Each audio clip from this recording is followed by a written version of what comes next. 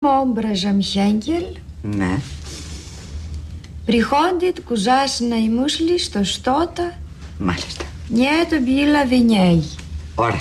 Только за ее совершенство Ναι. не смог бы никто защитить Αντιγόνη. Μάλιστα. Ωραία. Τι μάλις τώρα, παιδί μου, τι είπε? Κάτι για την Αντιγόνη. Άντε. Στορχίζομαι. Μπουμπού. Παιδί μου. Έχεις ποτέ σκεφτεί ότι μια λογοτομία θα σε έκανε πραγματικά ευτυχισμένη? Αυτό, Χρυσό μου, δεν είναι της παρούσης. Δουλεύουμε τώρα εδώ. Α, ότι είναι δουλειά τώρα αυτό. Τι να κάνω, αφού δεν ξέρει καλά ρώσικα.